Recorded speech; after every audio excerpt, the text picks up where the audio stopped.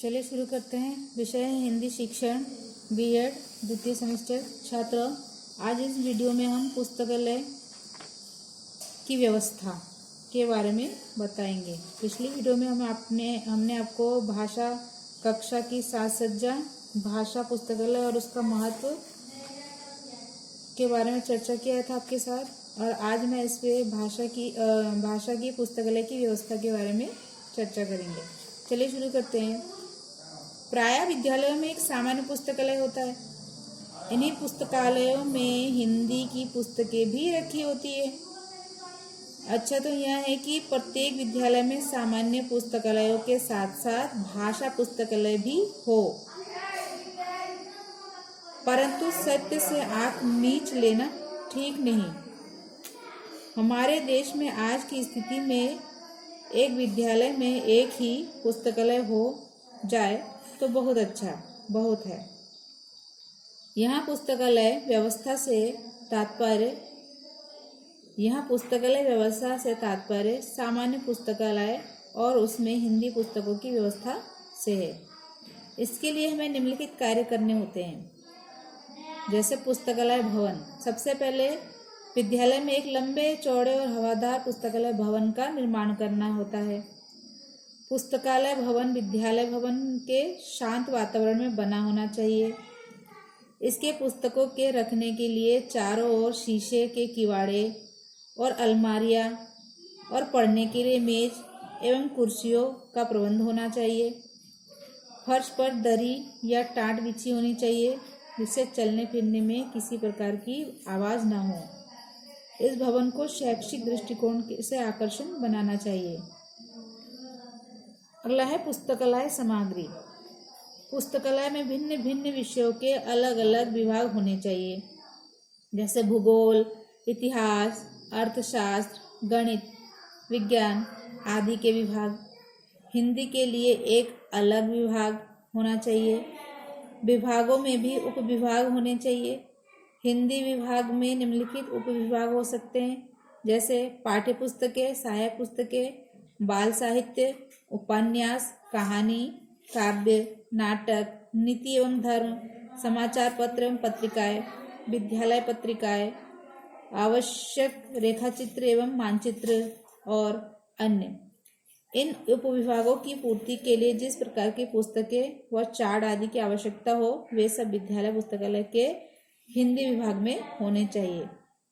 वाचनालय, पुस्तकालय के बराबर वाचनालय होना चाहिए जहाँ पर पत्र एवं पत्रिकाएं आदि रखी जा सके और छात्र वहां बैठकर उन्हें पढ़ सके। वाचनालय में पत्र पत्रिकाएं आदि की देखभाल करने एवं उन्हें बच्चों को देने और उससे वापस लेने के लिए वाचनालय अधिकारी होना चाहिए। वाचनालय की सफाई, पत्र पत्रिकाओं को रखने और वाचनालय में पढ़ने वालों को पानी पिलाने के लिए वहाँ एक भृत्य होना चाहिए। वाचनालयों के लिए पुस्तकालय, समाचार पत्र एवं साहित्य पत्रिकाओं का चुनाव बच्चों के स्तर, उसकी रुचियों एवं आवश्यकताओं और पत्र पत्रिकाओं के शैक्षिक एवं साहित्यिक मूल्यों को ध्यान में रखकर करना चाहिए। पुस्तकालय अध्यक्ष, पुस्तकालय में पुस्तकों के आदान प्रदान एवं उसकी व्यवस्था करने के लिए एक प्रशिक्षित पुस्तकालय अध्यक्ष नियुक्त करना चाहिए। पुस्तकालय अध्यक्ष पुस्तकों की सूची एवं पुस्तकालय के अन्य रजिस्टरों को पूरा करता है। उसे यहाँ भी आशा की जाती है कि वह छात्रों का उचित मार्गदर्शन करे। भृत्य, पुस्तकालय अध्यक्ष की सहायता के लिए एक भृत्य होना चाहिए जो पुस्तकों को अलमारी से निकाल सके व उन्हें फिर यथास्थान रख सके। इस चपरासी को पुस्तक का जिल्द बांधने आदि का कार्य भी आना चाहिए। उचित नियमावली, अब पुस्तकालय तैयार है, इसका कार्य सुचारू रूप से चल सके इसके लिए आवश्यक है कि पुस्तकालय संबंधी नियमावली बना दी जाए। जैसे जिन पुस्तकों की एक ही प्रति हो और जो पुस्तकें बाजार में नहीं मिलती अथवा कठिनता से मिलती है अथवा जिनका मूल्य बहुत अधिक हो, उन पुस्तकों को घर पढ़ने के लिए ना दिया जाए। उन्हें छात्र पुस्तकालय में ही बैठकर पढ़े। पुस्तकें एक निश्चित अवधि यानी कि 15 दिन या 10 दिन के लिए दी जाए, जिससे सभी छात्र को उन्हें पढ़ने का अवसर मिल सके। रविवार को त्योहार के अवकाश के अतिरिक्त पुस्तकालय सदैव खुले। पुस्तकालय की पुस्तकों पर किसी प्रकार के चिन्ह ना बनाए और ना ही उसके पृष्ठ फाड़े जाए। पुस्तकालय का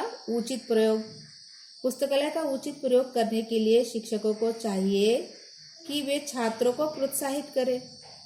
विद्यालय समय सारणी में प्रत्येक कक्षा के छात्रों के लिए सप्ताह में कम से कम एक क्लास पुस्तकालय अध्ययन के लिए निश्चित होना चाहिए।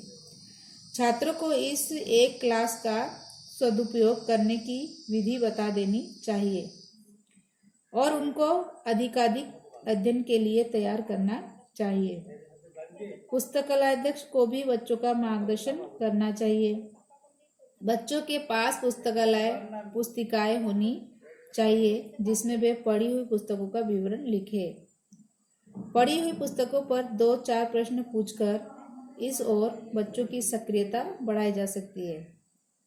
प्रत्येक स्थिति में प्रेम और सहानुभूति से काम लेना चाहिए। बच्चों के हृदय में किसी प्रकार का भय स्थान न करे। भय की स्थिति में पुस्तकालय से कोई लाभ नहीं उठाया जा सकता। छात्रों, ये तो पुस्तकालय की व्यवस्था थी। साथ ही साथ हम आपको बताते चलते हैं कि भाषा की पुस्तकों का चयन किस तरह से करना चाहिए। पुस्तकालय से पूरा लाभ तभी उठाया जा सकता है जब उसमें उपयुक्त पुस्तकें हो। इसके लिए हमें पुस्तकों का चयन बड़ी सावधानी के साथ करना चाहिए। पुस्तकों का चयन करते समय निम्नलिखित बातों का ध्यान रखना चाहिए, जैसे पुस्तकों का बाह्य रूप, उसकी रंगाई, छपाई, मुख पृष्ठ, आवरण, फॉर्मेट, कागज अच्छा होना चाहिए। संचित पुस्तकें अधिक आकर्षक होती है। माध्यमिक विद्यालयों के पुस्तकालयों के लिए हमें ऐसी ही पुस्तकों का चयन करना चाहिए। पुस्तकों का आंतरिक रूप से तात्पर्य है सभी स्तर के छात्रों के लिए अनुकूल पुस्तकों का होना आवश्यक है। छोटे बच्चे जीव जंतुओं की कहानियों में रुचि लेते हैं, उनके लिए ऐसी पुस्तकें चुनी जाए। थोड़े बड़े बच्चे खोज संबंधी एवं आश्चर्यजनक घटनाओं को पढ़ने में रुचि दिखाते हैं, तो उनके लिए उसी स्तर की पुस्तकों का चुनाव किया जाए। किशोरावस्था में उत्तरार्ध में बच्चे वीर एवं साहसी चरित्रों में भी पढ़ने में विषय रुचि लेते हैं, अतः वे आदर्श, नीति और धर्म की ओर अग्रसर होते हैं। तो बच्चों की स्थिति को देखते हुए उसके आंतरिक रूप का भी ध्यान रखना चाहिए। भिन्नता, पुस्तकालय में सभी प्रकार की पुस्तकें होनी चाहिए, जैसे पाठ्य पुस्तकें, सहायक पुस्तकें, बाल साहित्य, उपन्यास, कहानी, काव्य, नाटक और नीति एवं धर्म संबंधी पुस्तकें पुस्तकालय में होनी चाहिए। मनोरंजन, पुस्तकालय के लिए मनोरंजन प्रधान पुस्तकें चुननी चाहिए जिससे बच्चों को पढ़ने में सदैव मजा आए, आनंद आए। शब्दकोश, हिंदी के पुस्तकालयों में सभी भाषाओं के शब्दकोश होना चाहिए। शैक्षिक मूल्य, पुस्तकों का चयन करते समय उनके शैक्षिक मूल्यों को सदैव सामने रखना चाहिए कि पुस्तकों द्वारा बच्चों की भाषा शक्ति का विकास होना चाहिए और विविध प्रकार के ज्ञान विज्ञान से उसका परिचय भी होना चाहिए। इन पुस्तकों से बच्चों का चरित्र निर्माण भी होना चाहिए। पुस्तकालयों में जो कुछ भी हो वह शिक्षाप्रद होना चाहिए। कोई भी पुस्तक यदि सत्यम एवं सुंदरम की कसौटी पर खरी नहीं उतरती तो उसका चयन नहीं करना चाहिए। मानसिक एवं बौद्धिक स्तर, पुस्तकालय में ऐसी भी पुस्तकें रखी जानी चाहिए जिससे बच्चों का मानसिक एवं बौद्धिक विकास हो।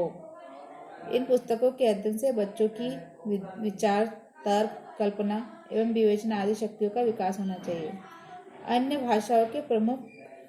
भाषाओं के मुख्य ग्रंथ, हिंदी भाषा के पुस्तकालय में अन्य भाषाओं के मुख्य ग्रंथ भी होने चाहिए, विशेषकर संस्कृत भाषा के। पर्याप्त संख्या, पुस्तकालयों में पुस्तकों की संख्या कई प्रतियों में मंगानी चाहिए। अधिक मूल्य की पुस्तकों की केवल एक प्रति से भी काम चलाया जा सकता है। यह सब विद्यालय, उसकी छात्र संख्या और उनकी अपनी आर्थिक स्थिति पर निर्भर करता है। साहित्यिक पत्रिकाएं, शैक्षिक दृष्टि से लाभकर पत्रिकाओं को भी मांगना चाहिए, जिससे छात्र आधुनिकतम प्रवृत्तियों से अवगत हो सके और उन्हें संसार की गतिविधि का ज्ञान हो। भाषा एवं साहित्य संबंधी रेखाचित्र। माध्यमिक विद्यालयों के पुस्तकालयों में ध्वनि, शब्द, शक्ति, छंद, रस व अलंकार संबंधी रेखाचित्र चार्ट भी होना चाहिए। निष्कर्ष के तौर पर पुस्तकालय से अनेक लाभ है। विद्यालयों में उसकी व्यवस्था होनी चाहिए, परंतु खेद का विषय है कि आज हमारे विद्यालयों में या तो पुस्तकालय है ही नहीं, या तो पुस्तक है ही नहीं, और यदि है तो उसमें उपयुक्त पुस्तकें ही नहीं है, और यदि उपयुक्त पुस्तकें हैं तो उसका समुचित प्रयोग नहीं होता है। कारण है धनवान। कारण क्या है? अनेक बच्चे धनाभाव यानी कि गरीबी के कारण, अपर्याप्त पुस्तकें, शिक्षकों एवं अधिकारियों की उदासीनता, पुस्तकालय अध्यक्ष का कुशल न होना, विस्तृत पठ्यचर्या एवं समय सारणी में पुस्तकालय अध्ययन की उपेक्षा आदि। छात्रों, इस वीडियो में इतना ही। धन्यवाद।